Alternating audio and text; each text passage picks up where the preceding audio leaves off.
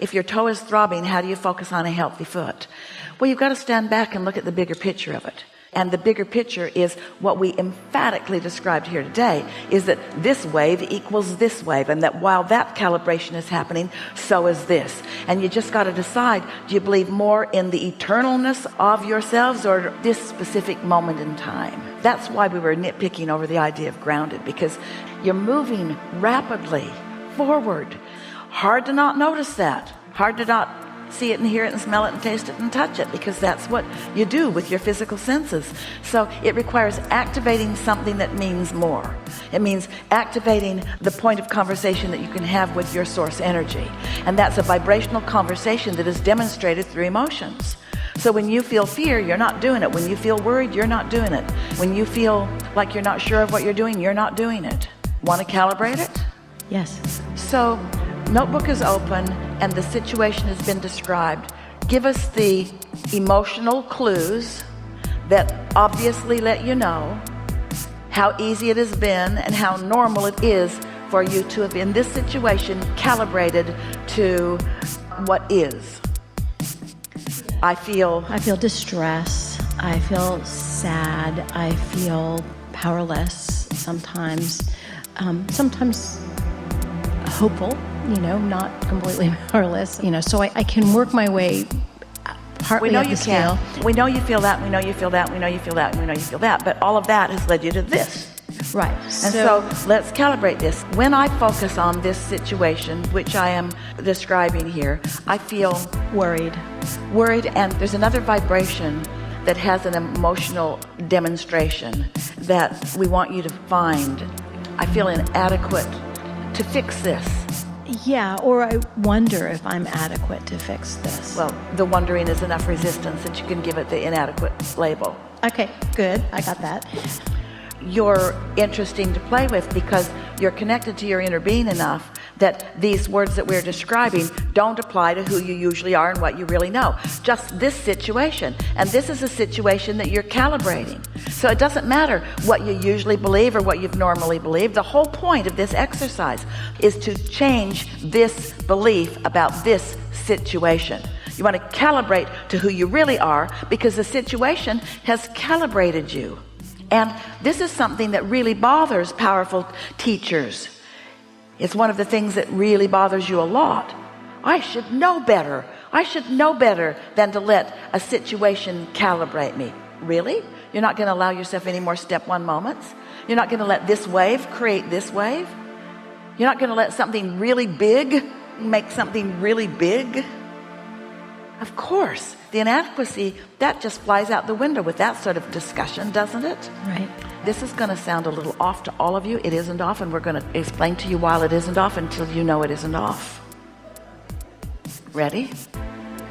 This conversation is not about your nephew. It's about your calibrating to something you desire. Happens to regard your nephew. But this is about your calibrating to your strength. Did you take that ride with us just a little bit? Because in human conversations, how could you be so selfish to be worrying about how you feel when your little nephew is suffering?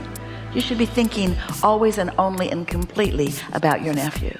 And we say, you do that, you've got no power. You let what is dominate your thoughts, and you don't reach for the way your inner being is looking at this. We want you to know something. We're just going to say it straight out. If you knew right now your inner being and what your inner being thinks about most things as a normal, physical, human being, you would criticize your inner being for not being sensitive enough. You would criticize your inner being for not being willing to be there for you. And you know what? You're right, because your inner being will not be there for you. Where is your inner being? There for you. And who put there? You did. You put there. You were the one who put there. So don't criticize your inner being for not going there with you. Your inner being is never going to go there with you. Your inner being stays over here. And so you had a there, which caused you to create a there. And the reason that you ever feel anything that is an emotion that is diminished in any way is because you're going over there and your inner being isn't over there. Your inner being's over there. It really is that simple. Your inner being's over there. Okay, I've got that. Yeah. So I need to get there with my inner being. That's a good pathway. So you know what these emotions are. So what do you really know? And you could write the book. In fact, you did. You could write the book about all of this too. You know what that stronger, overarching whole of who you are perspective is, but something's keeping you from being able to do it in this situation easily. What is it? Let's talk about this. Why is this harder for you than most?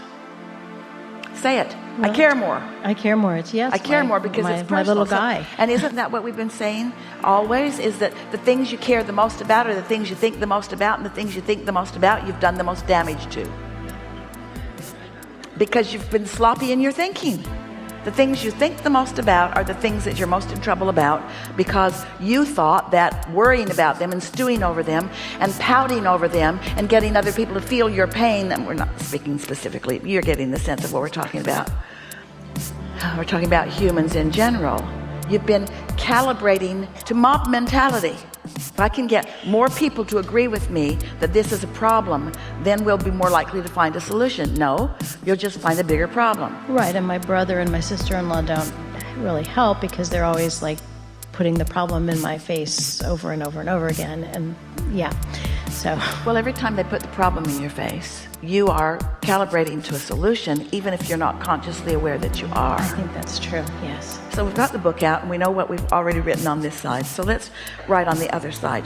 And a good thing, Esther writes it every time.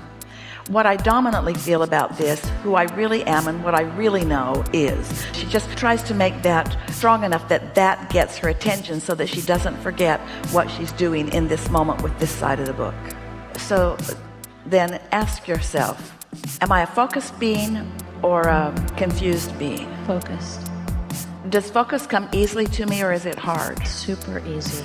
Do I feel rooted in a broader understanding, or like I'm flailing about in unknown? Broader understanding. Do I have strong desire here or weak desire? Strong desire. Does my inner being support me in my desires, or am I out here on the bleeding edge by myself?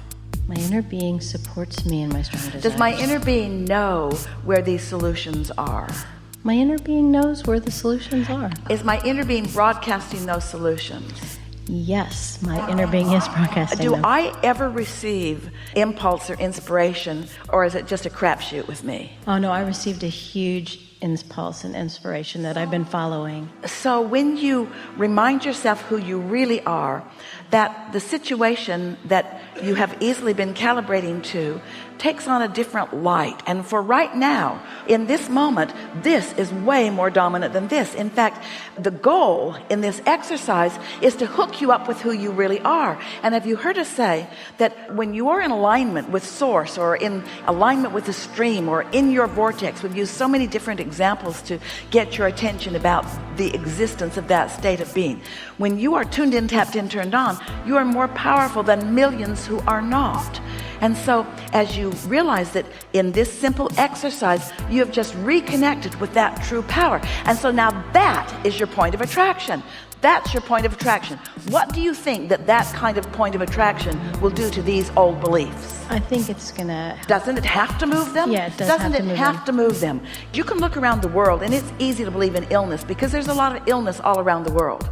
It's easy to believe in illness. But when you hook up with your inner being, you don't believe in illness because your inner being is not focused on illness. So when you've calibrated to that, for that moment in time, you are illness-free. It just doesn't exist in your vibration. And what's making you so mad at yourself is it's where you want to be, it's where you often are, but this situation has made it hard to be, which just means that there are still lingering beliefs. We just have to say this to you, to all of you. We love you so much. You know what's coming next. We're sloppy thinkers. We love you so much. You take score too soon. You take score too soon. It's like you calibrate and then you look and see, did it work? Well, you're not calibrating to change that. You're calibrating to assure your vibrational stance. You're calibrating to change your point of attraction. Hear this. This is so big. The whole purpose for calibrating is to change your point of attraction. People who are deliberate creators, you commonly think, I'll get tuned in to this power and then I'll squirt it over there and I'll make that person well. Yeah.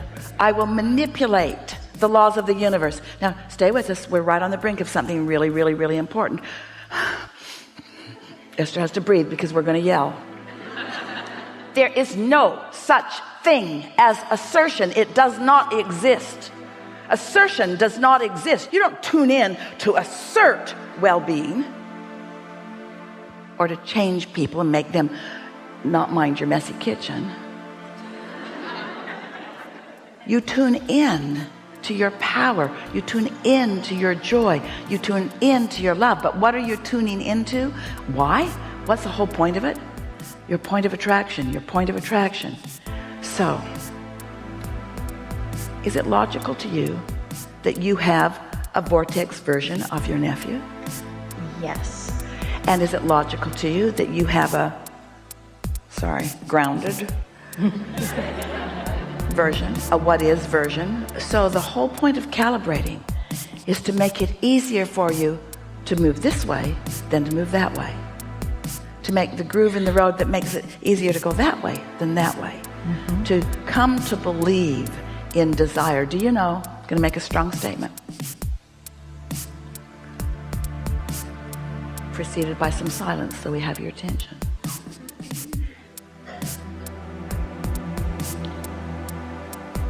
Desire is all you need. But you hardly ever let yourself have a desire without a belief that shoots it in the foot. And as long as you've got that belief that shoots your desire in the foot, then things about that keep showing themselves to you, which makes you not believe in your desire. But if you could just have a pure desire, your inner being has a pure desire about the things that matter to you. And you told your inner being every subtle little thing that you were contributing to it. So you've created this magnificent relationship with all kinds of things that you want. And you don't have to justify them or prove them to anybody or get even one other person to agree with you. All you got to do is line up with your power so that all that power is your point of attraction. So that all that power is your point of attraction. So that all of that is your point of attraction. There's no assertion. There's only attraction. Only attraction. Only attraction. Only attraction. Only attraction. Only attraction. So when we say desire and belief, we love it when your desires and your beliefs match. And you really don't like it when your desires and your beliefs don't match. That's a clue. When you desire something, but you know what you do? And others have been the reason that you so often do it. Oh, we got to breathe here for just a minute. This is so big. You have so willingly calibrated to beliefs about stuff you don't even want. And why do you do it? Everybody else's. That's what they believe, and I don't want to look dumb. I don't want to look fanciful. I need to be grounded. I don't want to be weird. Yeah, you do. Yeah, you do. Yeah. You want to find the power of your desire, and you want to hang around there often. And your wonderful guidance system will show you every time you stray a little bit, and now you know what to do about it. And is it a bad thing that you have negative emotion? No, it's guidance. Is it a bad thing that you're living some life that's causing you to make more? No, it's what you came for. You said, I'll go and I'll mix it up and I'll explore, and new desires will be born from what I see. Boom. And then I will calibrate to them. And I will make my former bogus, flawed premise beliefs modify to match my desire. That's what you said. Enough? Thank you so much. That was perfect. Yeah.